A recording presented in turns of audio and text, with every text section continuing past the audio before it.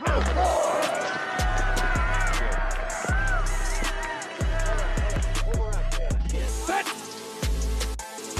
4, 3, 1.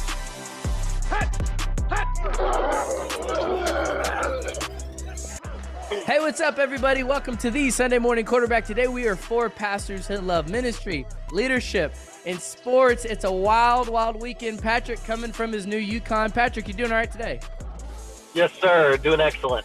Nice. John coming from his upstairs thing. John, y'all have a good day at church yesterday? Yeah, we had a great time. Great in the Lord. Good word. Good singing. Awesome. Nice. And then Paul is not showing any sympathy for Florida State fans as the fellow Miami fan down the road. Are you, Paul? I got some sympathy. I've got some sympathy. They did get hosed. I will say that. Oh, man. Poor Florida State. All right, let's jump into it. We are going to talk all things football because, man, it is a heavy football weekend. College, NFL, and then we'll talk a little bit about ministry and leadership on the back end. Patrick, I'm going to pass it to you first. What was your reaction to the college football playoff? We know we've seen the top 4, Michigan, Washington, Texas, and Alabama. There's a lot of outrage across the country. Were you outraged, and did the committee get it right? They got it right, actually. Here's why. When you look at Alabama, take the second half, and I'm a Tennessee fan, take the second half of the Tennessee game. They've been excellent. I mean, they have proven it. They proved it against the number 1 team. I think, too, Georgia, made a case, but you got beat by Alabama. And so I look at that. Alabama should be number 4. You look at the other 3 teams. They're all dominant. They've been playing well. Michigan played that Ohio State team and beat them. I think when you look at FSU, here's the big issue. The big issue is they play in ACC. That's not a strong conference. The second thing is this. They barely beat a Louisville team who got beat by Kentucky, right? I don't know. By a pedestrian Kentucky team.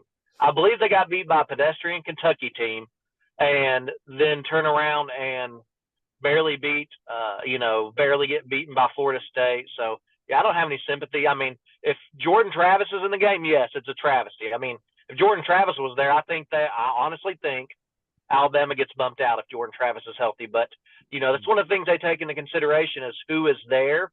And I'd say this also. Last year as a Tennessee fan, I think had Tennessee somehow got past South Carolina and was one loss with Hendon Hooker out and now Joe Milton, I don't know that they'd have made it. So, I mean, I have sympathy for them, but, I mean, you play better schedules, play better teams. And, the injury bug hit them. And, in my opinion, most of the time, there has to be a lucky game or two for you to get into a national championship and get into play for that. And unfortunately for FSU, they had an unlucky injury bug at the very worst possible time to not only their number 1, but number 2 quarterback.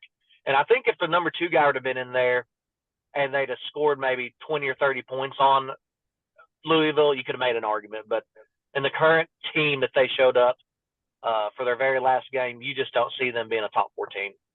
All right, there's the SEC representation. John, we know you got ACC in your blood. We heard his orange cutting through there. Tell him why he's wrong.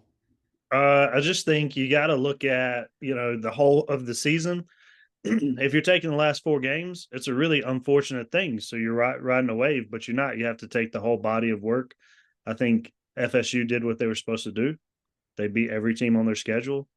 There's only a handful of teams that did that all season long. So I think you got to rightly reward them. You got to say, well, I don't think it's going to be a great game later on in the year. I think this is going to be a better competition here or there or whatever. There's no way to tell.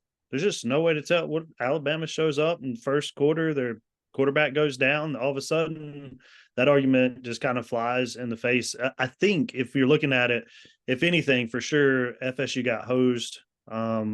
Regardless of what conference they're in, it really doesn't matter. I think really you're kind of looking at, and I'm not even for conference allegiance, right? Like I would have loved UNC to beat the brakes off of them and boot them from there. But the reality is this, it just builds a case for why have we just existed so long Mhm. without a regular, like FBS had a regular playoff system. It's always Yep. produced some of the best teams in that. It's so foolish that it's just like, hurry up and wait. No, we're going to do this for 5 years. Then we're going to test this for 5 years. Dude, you know what the right thing is. Just do the Yeah, right just thing. done. And NCAA has proved time and time again, the right thing is not on their radar. Mhm. Paul, what do you think? Yeah, man, I'm with John. I think it's a fair assessment. What's more is, if you're gonna talk about the back half, Patrick, right? And John mentioned this, like, I'm pretty sure there was 30 seconds left and everybody was still wondering if Alabama was gonna win against Auburn. Yeah. Right. So I agree. If that's the case, and then on top of that, like, Texas beat Alabama at Alabama. Why are they all of a sudden now in the playoffs? Right? What is it going to turn out to be? Texas, Alabama again? Just like Georgia, Alabama again? Like, it just doesn't, in my mind, it doesn't make any sense. And let's not forget too that FSU was 2-0 without Travis. So it's not like they can't do it. I think, and mind you, I'm a Miami fan. So for all I care, FSU and everything about their program can implode and never exist again. I can care less. But if we're going to make things fair and we're going to say, hey, here's an undefeated team that has every right to go in there and use their defense to actually win a game, then let's see that actually happen. If Liberty University, which they are going to get crushed, okay? Oh, hear that, Adam Denny? Crushed. Quote, crushed.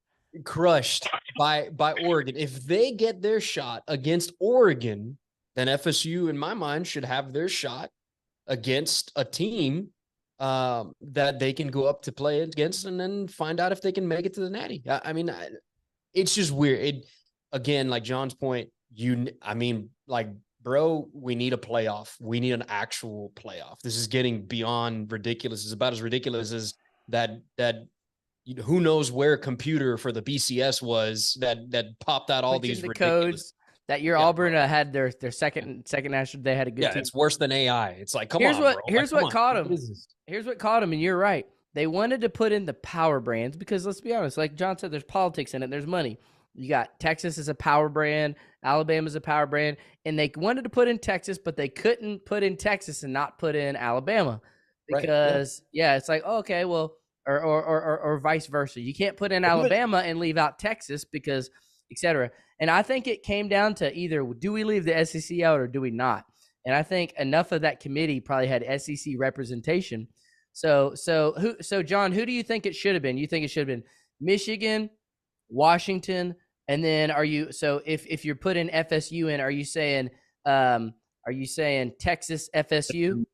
I'm saying, FSU and then Texas. I think that's a fair representation. Yep, I agree. This too, as just kind of looking at it, is there's been enough hangovers probably from like when Hawaii got blown out in the national championship game, like why are they here, whatever. But like this is only an issue, right? This is only an issue if FSU beats Georgia. Then you're gonna be looking around like, man, there's some real problems here, right? Like, there's some real problems. So Georgia better suit up because, there's going to be a lot of people that are going to be like, it wasn't Georgia, it wasn't Alabama, it should have been FSU the entire time. So we'll see. And we've been listen, guys. Listen. Well, next time we're all in town, I will buy y'all lunch at Wardlaw's Barbecue if FSU beats Georgia. Okay, I'll pay. I won't even put on my church credit card. I will buy it though. It ain't happening. Listen, Texas has one loss, correct? You said it. You're recording this, right? Yep. Yep. Record it. Listen. Take that, JC Groves, FSU fan. He'll take you out to lunch if y'all win. Yeah. Listen, we should make that bet because I will take that boy's money. So listen, FSU with Jordan Travis deserves to be in. I don't even think they're a top 10 team. I looked up the score. They gave up. Louisville got beaten by a pedestrian, Kentucky team by a touchdown. And they won them by, 3 points, 6 points versus Louisville. That tells you they're not ready. It tells you they're more like about a top 20 team, not a top 10. Without Travis, I mean, it's just you have to look at what they're going through. I mean, but the undefeated, man, that's just it undermines the whole thing. It's hard, but I mean, here's the thing though: put them in an SEC schedule, and they're not going to make it with the two quarterbacks they got behind Travis. Yeah. I mean, I think Georgia will probably they'll put route them 30 like to they 40 did points on them. TCU. Yeah. They will absolutely route them, and it's going to prove a point that, like, hey, unless you're just dominant in the ACC, then you look at Tennessee last year with their backup quarterback, whooped Clemson all up and down the field in the game. So it wasn't even a close game. And so, hey, Georgia, there's though, just we've been telling Georgia, though, when you play cupcakes all year, and then you get in a big game against a real team that's not Missouri, that's what's going to happen. So Georgia, I don't have any sympathy for them. Hey, let's shift gears. Oh, real quick before we move on. Just your y'all's, I know we got a little bit of time. Let's go around the horn. Who do y'all think makes it to the championship, and what's your early prognostication on who wins, John? Oh, wow. I'm going to go ahead and put Michigan in there. I think Michigan's going to pull it out. I think they're the best team in it. I think, and people look at stats and other stuff. I think they got the best coach currently. Nick Saban, he's had a, pedestrian last couple of years. So I think he's riding the wave. I think they got a lot of motivation too with the whole Spygate stuff going on. I think it's going to be that they're going to pull it out. I think it's going to be a pretty good game though. All right, just Patrick and Paul. Just he gave us a good analysis. Just your winners and who you think wins. I'll actually say I think it'll be Michigan. I'll go Washington because Michael Penix Jr. is a stud, and I think this is Michigan's year. Then Harbaugh's going to ride off into the sunset and go to the pros. Patrick, what do you think? Man, I'm going to be the guy who says I think it will be Alabama and Washington. I think that Michigan played one hard game against Ohio State. I watched Ohio State play some. They're good, not great. Alabama's got a whole week couple of weeks to prepare for them. I think that the Big Ten physically is not what the SEC is. I'm just a big SEC guy. I mean, I think that Alabama's been played a great game against Florida or Georgia. I think that they'll go in. I think that it'll be a close game, but I think Alabama pulls it out. And I say that because Alabama's quarterback play, I don't even know who Michigan's guy is, but he's not great. They've got Blake Corum, but I mean, every team in the SEC knows how to stop the run.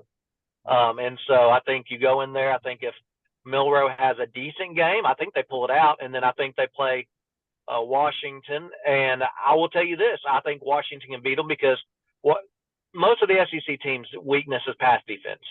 Yeah. And Washington, Penix is ridiculous. I kind of wish the Titans didn't draft Levis because, man, I like that guy. That's funny. Paul, I'm going to take it. You got Alabama? Roll Tide. Roll Tide. That's all we needed to know. Awesome. Hey, let's shift gears, John, to NFL. Yesterday was a wild day, and we don't have to go through all of it because John's all year long predictions are coming to fruition.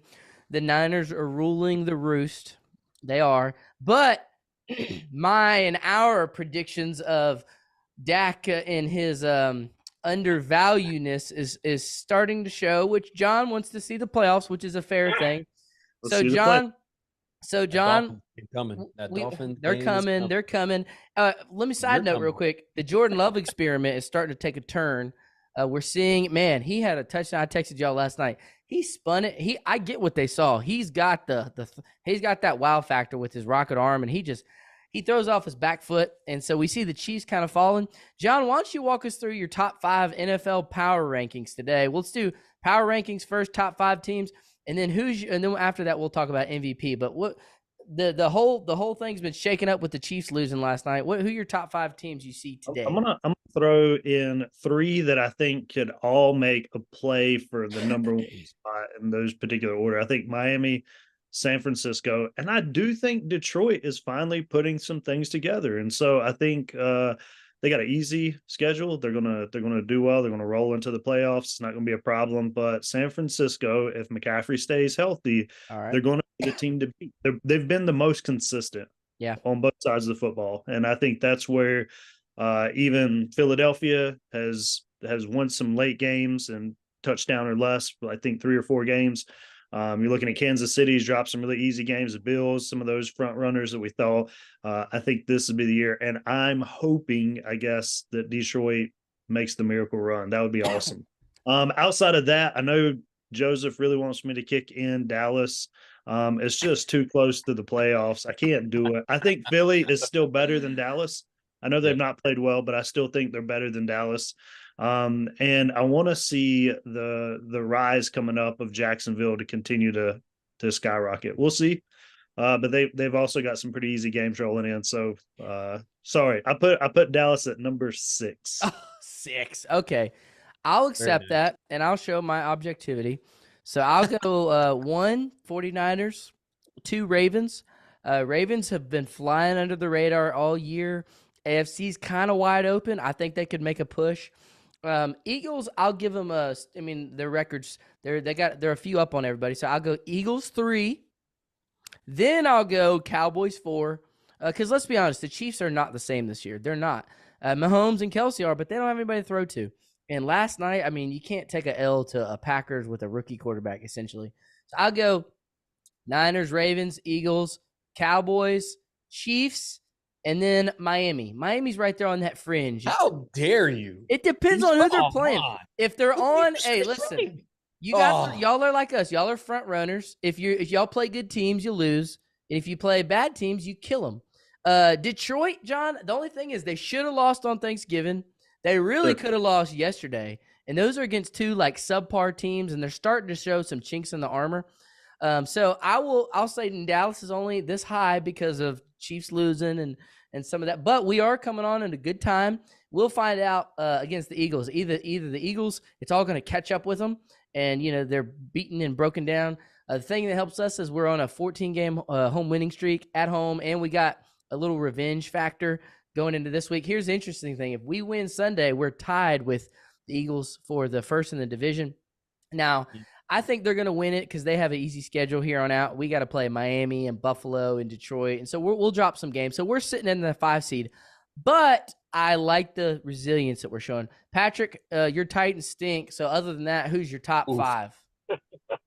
I will go first with the 49ers. And you look at point differentials, top 2 point differentials, 49ers, number 1, Ravens are number 2. So that's who I got, the 49ers, the Ravens.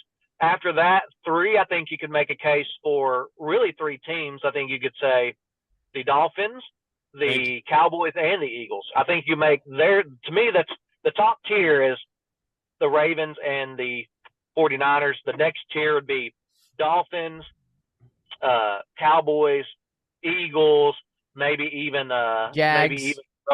throw in the Jags. I got home and watched the Kansas City game last night, and I was not impressed with them at all. I think that their lack of wide receivers, even though they have a great quarterback and even a good running back, the Isaiah guy's a great running back, but they don't have defense. And here's the thing about we're finding out that if you only have a league average or worse defense, no matter how good your offense is the most difficult thing to prepare and be consistent every week, even harder than defense, because offense is totally reliant upon what you're doing versus what the other team is doing, where defense is more read and react. You're game planning some, yes, but you're reading and reacting. So I really feel like the guys, the top 2 are the most legit. I'd say this, if I had to go 3, 4, and 5, I'd actually go Cowboys, Dolphins, Eagles. I'm not sold on the Eagles. I'm not sold on the Eagles defense at all. They have such issues in the back end. Thankfully they got Kevin Byard. Maybe he gets a ring with them. I don't think so. I think a lot will be known next week when the Cowboys Eagles play. That'll flip a lot. Hey, we can all say this, John. I'll say this: the Niners are here. Everybody else is here. And so, and they bludgeoned Jacksonville. They bludgeoned the Eagles. They bludgeoned us. So anyway, I think this might be their year. Shanahan, he got there one time and he's had bad luck. But anyway, all right, Paul, where's Miami stack up? 3. 3, okay. So you got Niners, Ravens, Miami? Yeah. And then who's after that? After that, I can go with, man, you guys are making a good case. It'd be hard. And I'm not going to say Dallas. I'm not going to I cannot do that. It's no just not objectivity.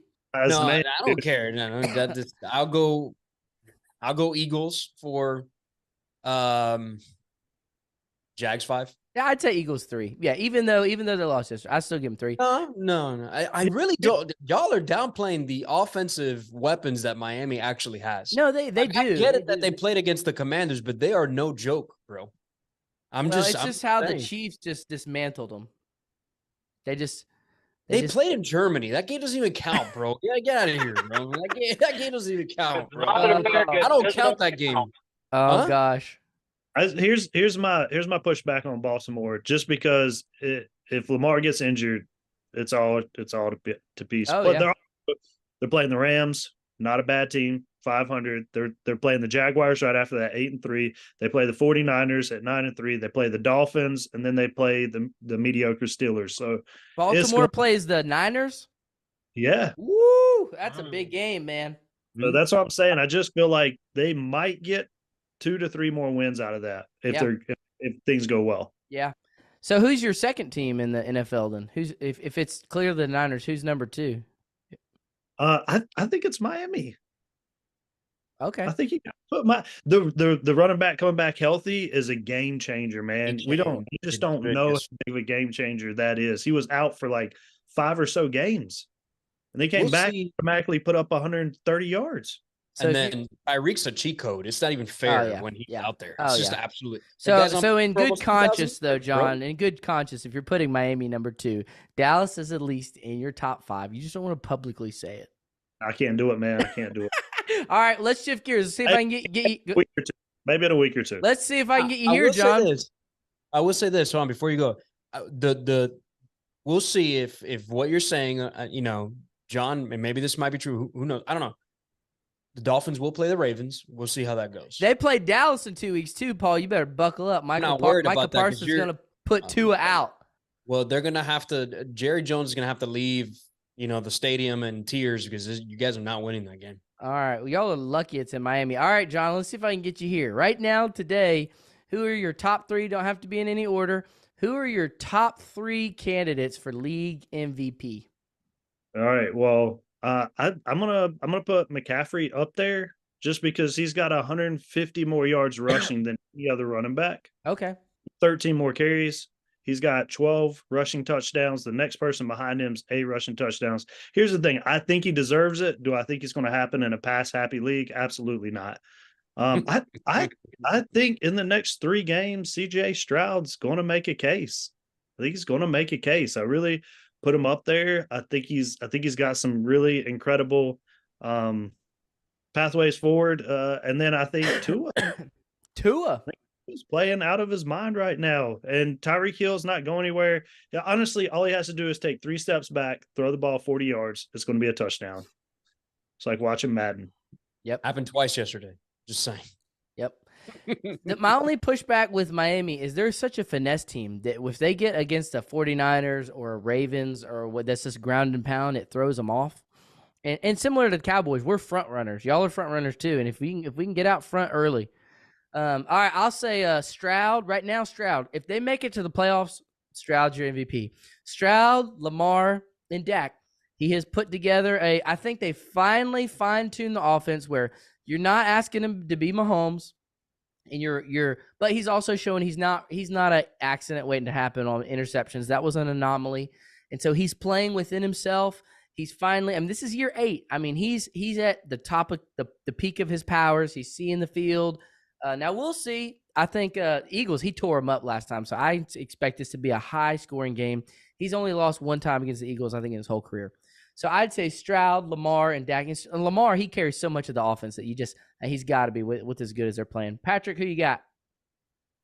I like Stroud. I'm going to throw a wild card in there at you guys, though. Brock Purdy. Oh. Brock Purdy is only 400 yards behind Stroud. He's got 70% completion, 23 touchdown to 6 interceptions, and the 9.5 yard per an average throw. That's tough to come by. That's big. I didn't know that, so I looked up those stats. But I like Stroud. I like Purdy. I think after that, obviously we talked about Lamar and what he means to, one of the best record teams. I think Lamar after that. If I put you behind a ready-made car with a souped-up horsepower and I just said, Patrick, don't drive it off the road, you could do pretty successful at that. You'd have the Dallas Cowboys. That's what you would have. That's exactly what situation Dak's in. Paul, who's your MVP? Tua. Tua, hey, I'm happy Tua. Tua finally got his flowers. He's- A lot of people should apologize to him, but they're too prideful and they'll. I'm just saying he's leading the league right now. I don't know what else to tell you. And he's healthy. And he's healthy and he's leading the league in QBR, in yards. Well, I don't. I mean, if you're going to start, John's saying it's a pass happy league, right? Well, I mean, he's your case. Yeah. The only thing that hurts Tua and Dak is they've lost against the best teams they've played. So if he can eke out a win against Baltimore or Dallas, or that would help his case. And y'all got to win. Eke out a win against a good team. Eke against a good team. If you look at the resume, I mean, same thing with us. We beat bottom feeders, So we got to win the tough games. And you guys got to have home field advantage. If y'all go on the road in a cold weather game, I just don't see that offense traveling. But we'll see. We'll see. Anyway, hey, let's shift gears to ministry and leadership. And today, let's talk as we near the end of the year. John had a good idea of just talking highs, lows, and hardships in a ministry year. And y'all know, I explain to people that people don't always perceive or know how to perceive ministry and pastoring. And there's times when it's full throttle, pedal to the metal. John, you were talking about, he's like, hey, I didn't preach Sunday, but I'm going until April. And, all the hours and work that comes into, which each of you guys weekly, daily get calls off the clock. And that comes with ebbs and flows and high seasons and low seasons. And people don't always see that. And so, John, why don't you start it off, and we'll just kind of organically pass it around. But just a recap of your year, ministerially speaking, at your church. What are some highs and hardships? Yeah, I'm in year 3, lead pastor. So I think there's some continuity. There's some growing expectations. You're starting to see the staff come together, unify, grow in common direction and things. And so that's been incredible to see. God's been faithful in that. It's been a lot of fun. We've baptized too this Sunday. And so obviously that's a high point that we've had people get baptized, and a lot of people that are new to the faith coming to faith in our church, things like that. That's been incredible. On the hardship side, there's been some difficulty. We've had staff transition, which is hard. It's always hard. And so you're looking at that, you're kind of wondering how everything's going to play out and what all is going to happen through that. But trust in the Lord's sovereignty. He's ordained these things. He's bringing them to pass. And so we're thankful for that. And honestly, our church is just in the last, month, we've had 5 or 6 funerals. And so, it's always a hard season when you go through, and we've seen some people pass that have fought against cancer and some other things, and then we saw a guy that's my age pass away and leave behind a family, which is difficult, and a ministry opportunity in and of itself. And so those are always hardships there, but it seems here in the last month it's been turned up quite a bit. And so I'm just praying the Lord and His great provision will use those opportunities as gospel proclaimers. Mm-hmm. John, what about on the personal pastoral side, or the Christian? A lot of times people, we try to differentiate pastor and child of God, and also leader. Like, what do you learning personal? Sometimes the stuff that we experience in ministry bleeds into our life and our development and our walk. Any thoughts on that side? Yeah, I think for me personally, with a shift in staff at our church, I've picked up a good number of responsibilities, some heavy ones, some ones that take time. And what I've found is I need to be and put intentional effort towards being more rested and finding gaps for rest. I will say the last 6 months, there hasn't been as much rest as there should have been and needs to be in my own life. And we have those seasons, things change. And so you kind of hold the pieces until you can hand them back away. And so, obviously that's been a difficulty, but even in that, just trying to slow down and find joy in the present, and looking for opportunities to give God praise and to be mindful that nobody's the Messiah except for Jesus Christ. And so the Lord's good to give us opportunities to be reminded of that. It's good. Paul, what about you ministerially, personally? What resonates in your season of life? Yeah. So I think, we went into the year coming off of what was a pretty hard season of not having a senior pastor for nearly 2 years. And so that, that was definitely hard. And so you go into this new year and certainly things are very different because, come January to be a year that Curtis has been here. So that's been great. I think through that, there was a lot of things that were challenging to have to deal with in an absence of a senior pastor, while at the same time pretty refining. Things that you learned all about, yourself, and things that you learned about how to depend upon, what Scripture actually does say to be able to continue to help see a church flourish and be built healthy. So it was shaping while at the same time hard. I think one of the biggest highlights that we can think of for this year is 5 years in, the Lord's been really good to be able to not only sustain North Georgia, bring people to North Georgia, but now we can look back and trace his faithfulness to provide. And 5 years in, we're debt free at North Georgia, which is a huge testimony to his goodness, man. So it's been a really good year to be able to celebrate a 5-year anniversary and know that that's in the rearview mirror. So those have been two things ministerially that have been really part shaping and then part just huge blessing from the Lord. And then personally, man, like it's just been really kind of neat for me to be able to see, God continue to shape things in my life that I need to learn. And I'm thankful for pace setters in my life. There's always people ahead of you that you want to try to like reach out for, and then people next to you that kind of keep you in pace and keep you going. And Pastor Curtis, I think, has been one of those pace setters this year that has been a personal blessing in my life to be able to shape more of how I need to care well for people. He really does have a great shepherd's heart. And names matter to him. People matter to him.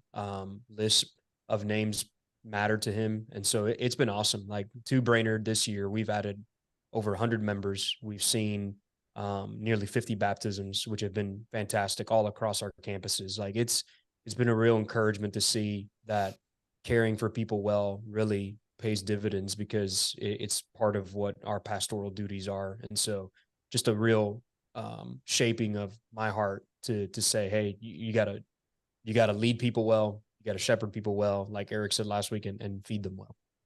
It's good. Patrick?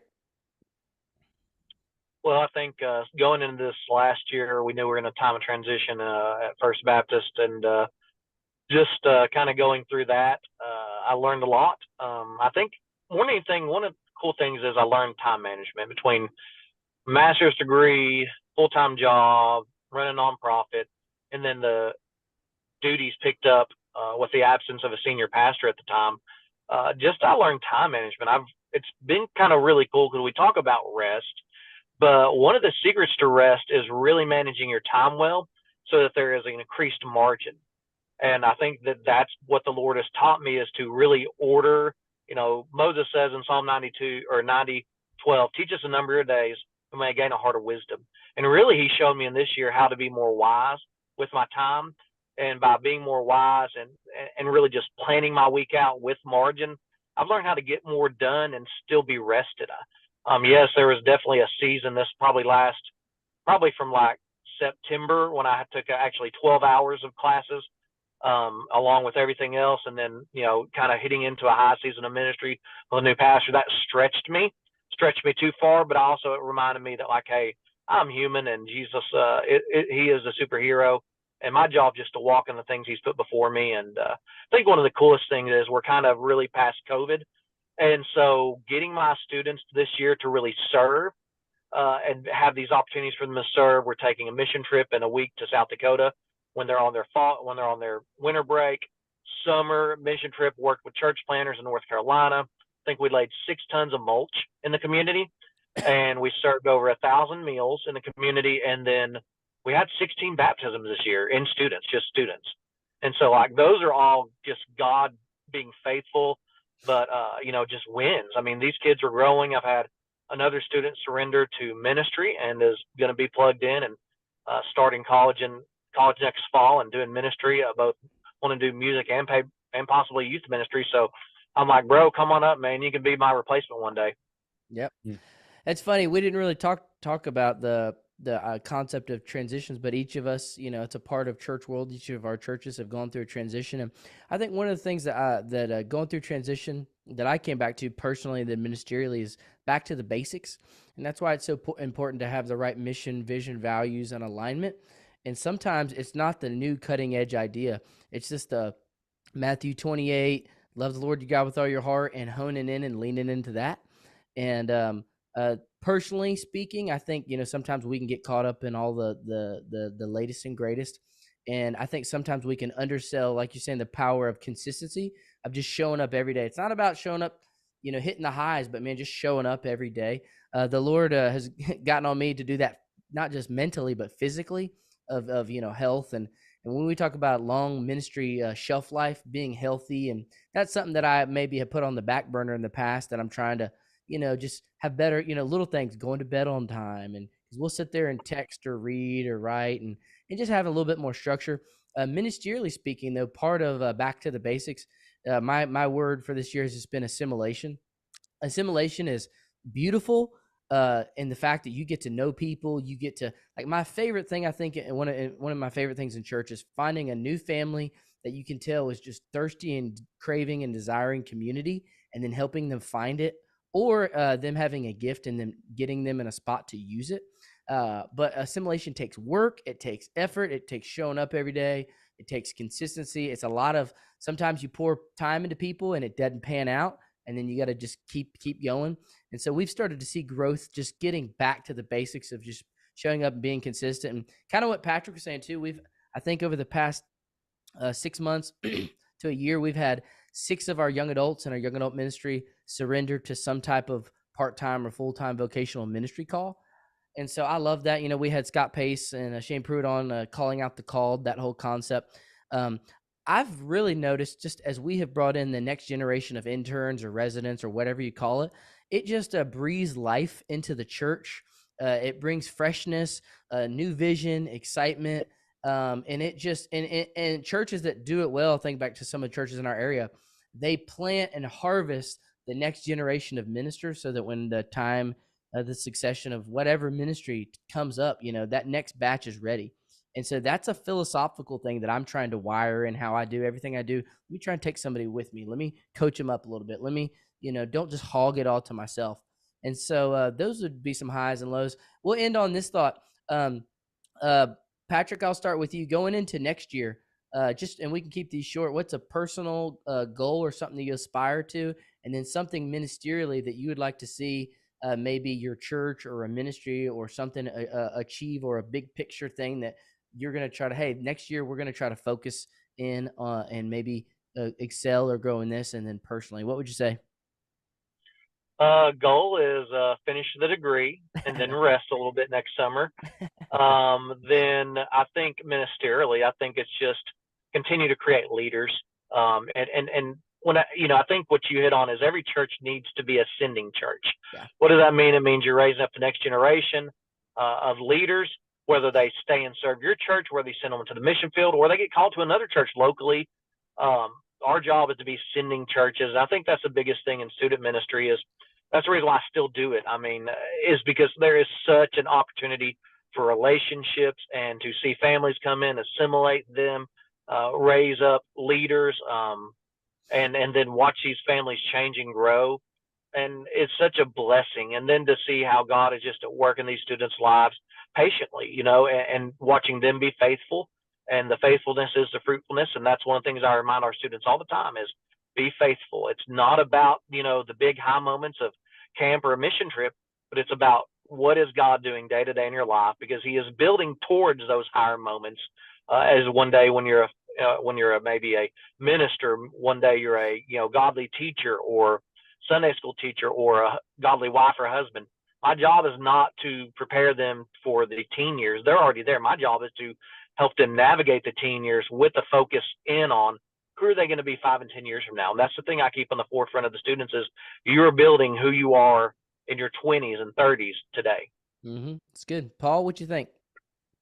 I think that's great. Everything that Patrick's saying, man, that's awesome. I love that idea of sending. We deploy. So I'm right there with you, man. I think for me, where North Georgia's at. You know, we're kind of moving past that toddler phase and we're in the adolescent stage, you know, and so we're growing. And then by default, we know that there are kids that are going to be moving and transitioning into students. And I mean, there's just a lot of pieces that are going to be unfolding now. And I think for me, what that eventually means is that we got to be a lot more strategic with what we need to plan for the next 3 to 5 years, which means I need to be a lot more decisive with what I need to be doing. So in my area of what I love to do, which is just preach, I need to be a little bit more focused in my leadership side to make sure that I'm being very strategic, not alone. I'll do that in effort with teams and with people and with leaders, right? But with that, somebody has to kind of lead the pace and vision casting, and then at the same time being decisive with what needs to happen next through great prayer, obviously, and, you know, consulting and thinking and all the rest of that stuff. But I would sum it down to those two things, you know, strategy and decision making. That's good. John? Yeah, I had a little bit of time to think about this, and I'm torn through a couple different things. One is the chance to be able to just reflect on the goodness of God, to be present. I think that's one of my ambitions for 2024 is to, and I mean, be present, not that I'm absent at home or absent at work, but to enjoy where the Lord has me in the present and not be thinking ahead and, you know, or looking back or any of those things. I think it's easy when you first get in a couple years in ministry, you got dreams, plans, visions, and God's shifting those things all the time, resetting the goalpost on some things and kind of giving elongation and joy and some other things. But I think part of that is just being present and enjoying what the Lord has and relying on him, leaning into him. For sure, there'll be some tough decisions we have to make coming up. And so we're just trusting God's provision, his purpose, his plans, and realizing that eternity is a long time to set just a month out goals. And so lean into that. Things will be really fruitful. And for our church, I think to help people fall more in love with their local body, you know, to really help them enjoy and love one another, not just love the pastors or the people that are easy to love, but to love each and every one of them, take a personal responsibility for the faithfulness of one another. And I start to see that blossoming, and I'm just trusting and praying that God will continue to bear fruit in and through that, because I think a church that loves well, cares for one another well, reaches well. And so I think those things are going to continue to grow in posture and place in our church. And so I'm praying that that'll bear some incredible fruit evangelistically in due season. Wrapping us up, I would say just refinement across the board. You know, man, the quiet time I feel like is such a good barometer of life. Your good times, your good seasons, your bad seasons, your stale seasons, and so just that constant, you know, just refining and protecting. While, you know, other things may be maybe shifting, just letting that be the constant and trying to always keep that time with the Lord close, because it's easy just to miss that, or even do it but go through the motions and not keep it genuine or intimate. So I would say grow in intimacy. And then ministerially, I feel like we've been building for for a lot of years, and now, you know, we're at the stage where I think it's time to you know, obviously once transitions are set, then go into a season of the harvest. Say, okay, you know, we've worked on our building, we've worked on our assimilation, we've worked on our teams, we've worked on our groups, we've worked on our ministry, mission, vision, values, alignment. Now let's be intentional about doing the Great Commission and training our people to not just invite people to church. I hate when people say evangelism, just get them here. And like, no, that's a byproduct of it. But at the end of the day, training our people to go do life on mission, sharing the gospel. And as they're doing that, using the church as a place to preach and reach people, and then help disciple them up and go through a season of growth. So anyway, it's good to hear. We'll be watching the football season. Patrick, thanks for jumping on today. It'll be interesting to watch next week as Dallas and Eagles come head to head. We'll definitely talk about that one. See y'all later. Have a good day.